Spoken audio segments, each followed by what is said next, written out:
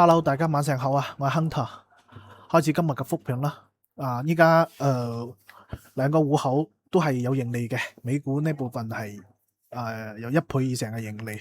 尋晚美股係比較波動嘅，但係最後都係收升嘅。咁戶口係有124嘅盈利咯。其實尋日都升咗嘅，都係升咗，但係盤後係跌嘅。90日都係有2倍嘅。咁今日係主要係因為港股係調整得比較深嘅。咁但係我做得比較好一點就係開咗幾個恒指嘅熊仔即係頂住咗嗰個下跌嘛。咁其實基本上港股部分就唔升唔跌噶嘛。即係嗰個淨值嘛。都係幾正嘅。再講下即係今日都會同大家分享下嗰個硬體嘅學習機，我對方德字頭嘅。咁大家如果係感興趣嘅話，可以預約到公司試用下，係下周開始都可以預約嘅，提前同我講都得啦。因為呢個學習機係其實都幾好嘅，喺九方字頭嗰時候，即係喺內地佢係比較成熟嘅學習機。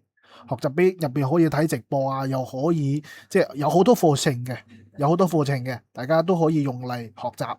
咁其實都可以買股票嘅，所以佢係一個實體嘅學習機。咁佢啲內容係咩呢？大概係即係喺內地嘅就係幾個緯度嘛，好多緯度嘛。咁香港係啱啱上市嘛，咁到時可以過嚟試用下先。你大概係呢個體系係從嗰個交易之道股票嘅基本面行業技術面筍股擇時風控資產配置總嘅策略呢方面個內容都有嘅，所以都係對你做股票都係有幾大嘅幫助嘅。即係歡迎大家嚟公司試用下啦，係可以預約嘅。咁跟住講下個港股部分，我點解會買恒指嘅熊仔對沖呢？其實我睇下買個係我係喺盤前嘅，即係仲未正式開盤嘅。競價交易時間我係落咗單嘅。之後係成交咗。點解我會有咁大嘅決心呢？點解我係根據乜嘢邏輯去講係要做熊仔對沖呢？因為其實我揸住個股票都係比較即係港股部分總倉部分係韓國嗰個半導體龍頭嘛。咁其實我判斷嘅邏輯就係咩？就係我睇到美股尋晚美股嗰個江通訊麥威爾嘛，我講做對沖做期權對沖嗰個嘛，佢係盤中嘅，因為佢係科技股當中係比較最強嘅，依家階段比嗰個記憶體嗰啲公司仲要強，所以講佢尋晚嘅表現比較反覆，因為盤中係拉升得好犀利嘅，佢係收升嘅，嗰個麥威爾科技係升咗幾個點嘅。一度係下跌到10%幾嘅，跌得好深嘅。之後係收升嘅，但係盤後呢，佢又係繼續跌嘅，所以講好反覆。呢個其中一個原因，仲有個儲存芯片記憶體嘅龍頭股，尋晚又係有拉升嘅，盤中有拉升，但係收盤係收跌嘅，唔可以收賬。所以呢種情況係好少見嘅，喺呢段時間美股嚟講好少見。記憶體嘅龍頭如果係盤中拉升得好犀利嘅話，最後都係會收升嘅，但係尋晚係收跌嘅，所以呢個都係一個判斷佢港股今日會受好大影響嘅其中一個比較重要嘅原因咯。再有嘅就係韓股即係8點開市嘛，佢比港股係提前1個鐘嘛。咁嗰時係我睇到有利空消息嘅，韓國嗰啲股市係要去槓桿嘅，所以對於成個市場我覺得會有影響大。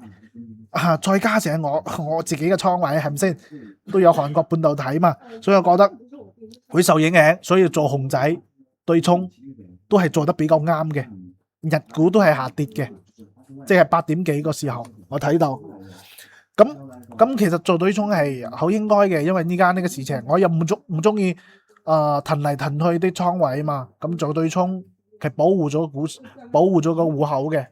呢個就係我尋晚預案過嘅美股嘅做雙買嘅，咁即係講買入一個再買出一個做多波動率嘛，方向就唔睇嘛，冇估方向嘛，呢係一對，呢個又係一對，你睇到呢個係呢個係升 call 嘛，long call 係賺咗1萬幾，呢個輸咗7000幾，long put 就輸咗7000幾，咁總的嚟講都係賺噶嘛，主要係保護咗個戶口嘛，係咪先？咁呢個係咩？賺咗7萬幾呢，輸咗4萬幾嘛，總的嚟講都係賺噶嘛，所以保護咗個戶口嘅同時都可以賺到錢。如果係波動率再暴一啲嘅話，賺得更多。如果今晚係波動率再升嘅話，即係再激烈震盪嘅話，其實呢個組合，呢個期權組合都係繼續可以賺得多。即係波動越大，佢賺得越多。係輸嗰部分你係唔使驚嘅，因為輸嗰部分最多係輸個權利金嘛，係咪先？所以講呢個係比較好嘅一個工具以後會經常同大家講下嘅咁今晚呢？今晚同埋聽日講星期一嗰個港股預案係點嘅？今晚可能我會即係今晚預案係喺呢度預案，咁講下預案咯。預案係點？咁其實我睇到即係麥威爾科技即係尋晚係升咗嘛，最後升咗四個幾個 percent 嘛，咁係依家盤前係跌嘅，係負2啊，但係都係拉升嘅狀態嘅。其實唔使太過擔心，我覺得，因為我持有嗰啲都係比較優質嘅。光通訊相對於記憶體嚟講升得比較少啲咯，咁依家係升勢比較強嘅。記憶體嗰啲我都有對沖嘛，都有咗對沖，所以講唔使太過擔心嘛，唔使太過擔心。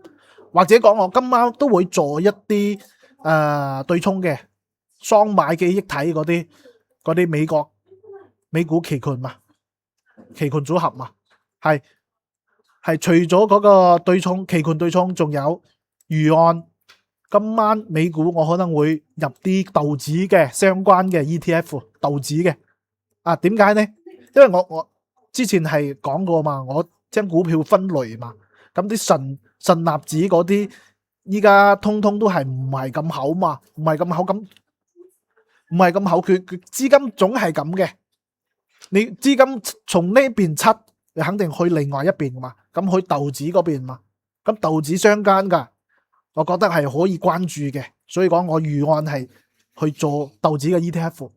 係咁港股呢，星期一呢個禮拜一就係可能會繼續做對沖嘅熊仔，我睇個美股情況咯，仲有簡化下倉位即係表現唔好嗰啲斬咗嘛。其實我都斬到好多嘅，我倉位不嬲都係好簡潔嘅，所以呢方面係我覺得我自己係進步咗好多嘅，係希望大家同我即係一齊研究啦。係咁道指呢，我點解要做呢？因為道指你睇道指 ETF 主要係呢種嘛，傳統噶嘛，佢仲有蘋果嗰種嘛，蘋果就係科技股當中比較傳統少少嘅，係蘋果微軟嘛，咁仲有嗰啲麥當勞嗰啲就唔使講啦。所以講係呢種股票呢升得唔係咁多嘛，所以我預案係做道指相關嘅 ETF 嘛，咁依家成個市場其實都係尋晚講嗰啲嘛，講嗰啲即係幾大原因市場唔係咁好，咁但係波動率係好平靜嘅，可以做對沖嘛，所以講預案就係基本上就係咁咯，基本上成就係做對沖為主咯，仲有可能會關注啲純道指嗰啲ETF。好啦，今晚講到呢度啦，拜拜。